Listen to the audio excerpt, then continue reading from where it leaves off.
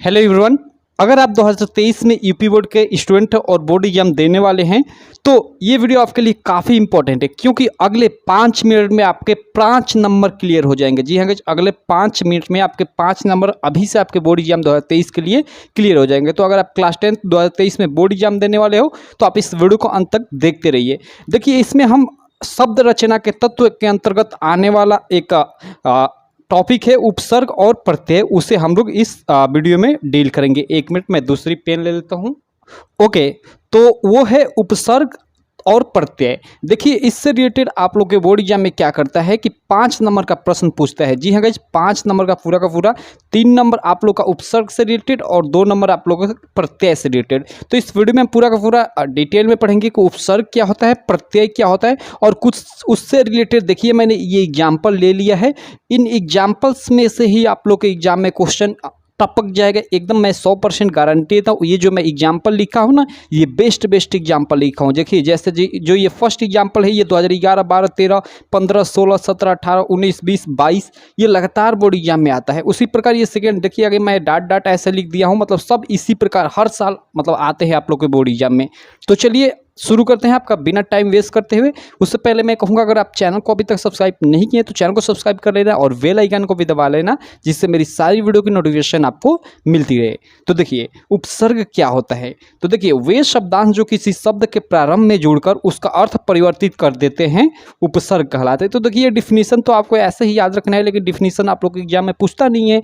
ठीक है, आपके एग्जाम में क्या पूछता है कि जैसे कुछ शब्द दे देगा और कहेगा कि मतलब इनका आप मतलब प्रयोग उपसर्ग मतलब कुछ उपसर्ग दे देगा और कहेगा कि इनका प्रयोग कर आप कोई शब्द बनाइए। जैसे अप, अनु, उप ऐसे शब्द देगा, मतलब ऐसे उपसर्ग दे देगा और कहेगा कि इससे शब्द बनाइए। तो जैसे मान लीजिए अप शब्द आ गया उदाहरण के तौर पे आपके एग्जाम में, तो कैसे आप शब्द बनाएंगे। तो अपमान, देखिए आगे अप जुड़ा है मान के पहले, ठीक है, तो अपमान। ठीक है, अपवाद, देखिए वाद शब्द है, इसके पहले अप जुड़ा है, ठीक है, क्या उपसर्ग। जो पहले जुड़ा होता है किसी शब्द के वो उपसर्ग होता है और पूरा इसका अर्थ बदल दिया। जैसे वाद माने जैसे मतलब बातचीत एक तरह से बोल सकते हैं, और अप लगकर अपवाद, पूरा इसका अर्थ ही बदल गया है। तो वही यहाँ डिफिनीशन में भी बोल रहा है कि वे शब्दांश जो किसी शब्द के प्रारंभ में जुड़कर उसका अर्थ परिवर्तित कर देते हैं, उपसर्ग कहलाते हैं। और सेम इसका उल्टा प्रत्यय होगा वो अंत में जुड़ेगा। तो चलिए अभी उसको हम नीचे देखेंगे। तो अप से अपमान, अपवाद और अपव्यय ये चीज़ें हैं, आप लोग देख लीजिए। ये उदाहरण देखिए, ये इतने बार बोर्ड एग्जाम में आपके आ चुका है।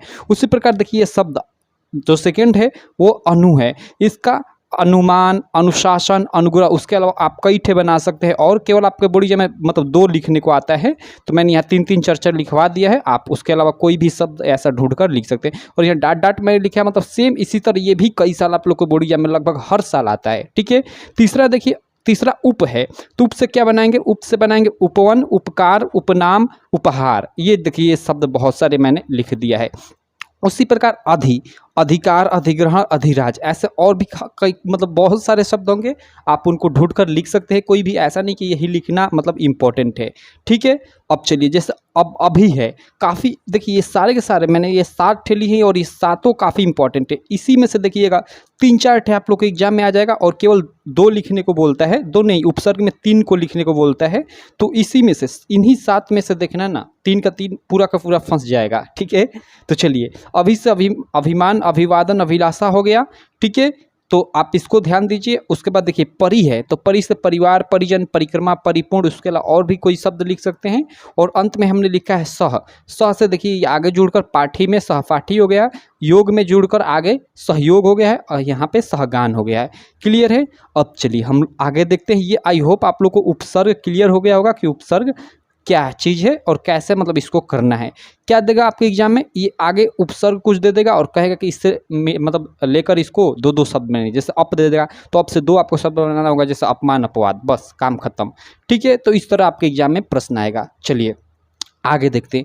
आगे देखिए प्रत्यय हम देख लेते हैं। देखिए यहाँ प्रत्यय क्या होता है कि वे शब्दांश जो किसी शब्द के अंत में जोड़कर उसका अर्थ, जोड़कर नहीं, यहाँ जुड़कर लिखिए, जुड़कर उसका अर्थ परिवर्तित कर देते हैं, प्रत्यय कहलाते हैं। यानी देखिए, उपसर्ग जो था शुरू में किसी शब्द के जुड़ता है और प्रत्यय किसी शब्द के अंत में जुड़ता है। ये आप लोग 2 चीज़ें मतलब याद रखिएगा, क्योंकि लड़के कई बार भूल जाते हैं कि कौन प्रारंभ में लगता है और कौन अंत में लगता है। तो जो उपसर्ग होता है वो शुरू में लगता है यानी प्रारंभ में लगता है और जो प्रत्यय होता है वो बाद में लगता है, यानी अंत में लगता है। ठीक है, अब देखिए ये इससे रिलेटेड कुछ उदाहरण देख लेते हैं। जैसे मैंने यहाँ पे लिखा है जैसे हट, तो देखिए यहाँ हट अंत में लग रहा है, तो घबराहट देखिए अंत में हट आ रहा है ना, चिल्लाहट देखिए अंत में हट आ रहा है, तो ये किसी शब्द के मतलब अंत में आता है। जगमगाहट, तो देखिए यहाँ हट। गड़बड़ाहट देख रहे हैं आप। और देखिए ये 2011, 12, 13, 14, 15, 17, 18 और 19 में आया हुआ ये प्रश्न है। ठीक है, तो इसी प्रकार ये सारे के सारे जो प्रश्न मैंने 8 इसमें एग्जाम्पल लिया है, ये सारे के सारे आप लोग के बोर्ड एग्जाम में पीछे मतलब इसी तरह कई कई साल आए हुए हैं। आप इन्हीं एग्जाम्पल्स को केवल देख लेते तो इन्हीं में से आप लोग के बोर्ड एग्जाम में फंस जाएगा और आपका काम हो जाएगा।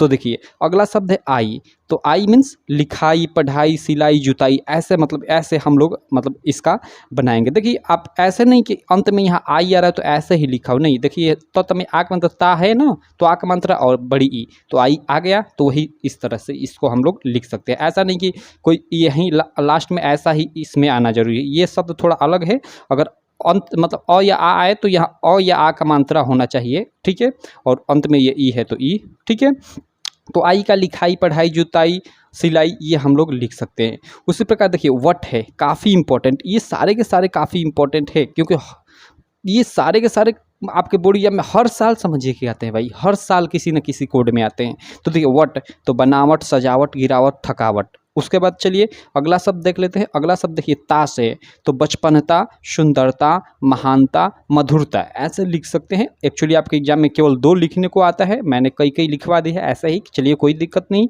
अब देखिए त्व, काफ़ी इंपॉर्टेंट त्व, महत्व, ममत्व, प्रभुत्व, कवित्व, ऐसे ही और भी कई सारे शब्द होंगे, आप कोई भी लिख सकते हो। मैंने ये कुछ 4-5 ठे लिख दिया है। ठीक है, चलिए अगला देखते हैं। पन, वेरी इंपॉर्टेंट भाई, काफ़ी ये सारे के सारे मैं छाट कर देखिए इसको काफ़ी एनालिसिस कर कर एक एक चीज़ ही लिखा गया है।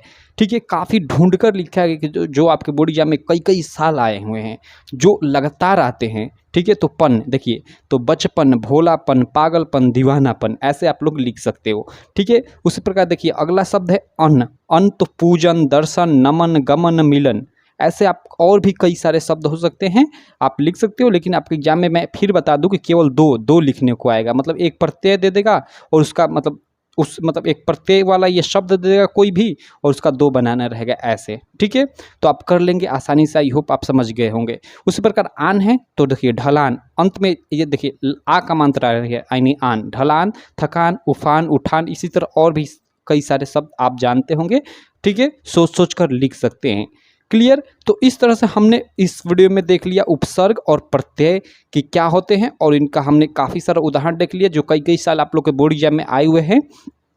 अब देखिए मैं बता दूं कि शब्द रचना के तत्व में उपसर्ग और प्रत्यय 5 नंबर का आता है, तत्सम और तद्भव शब्द रिलेटेड 2 नंबर क्वेश्चन आता है, समाज से 2 नंबर का क्वेश्चन आता है और पर्यायवाची शब्द से 2 नंबर, यानी कुल 11 नंबर के क्वेश्चन आते हैं। लेकिन इस बार हो सकता है कि 11 नंबर से भी ज़्यादा के क्वेश्चन आए इन टॉपिक से, क्योंकि इस बार ऑब्जेक्टिव क्वेश्चन आप लोग के एग्जाम में जुड़ रहा है, तो हो सकता है इसीलिए इनसे कई सारा ऑब्जेक्टिव भी बने इनके अलावा।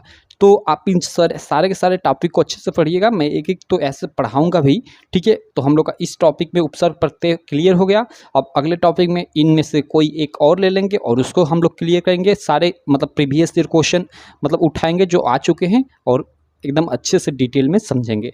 तो चलिए इस वीडियो में इतना ही रहने देते हैं। आई होप आप लोग को ये वीडियो काफ़ी अच्छी लगी होगी। वीडियो अच्छी लगी तो चैनल को सब्सक्राइब करें, वीडियो को लाइक करें और अपने सारे दोस्तों में इस वीडियो को शेयर जरूर करें। तो बस थैंक यू।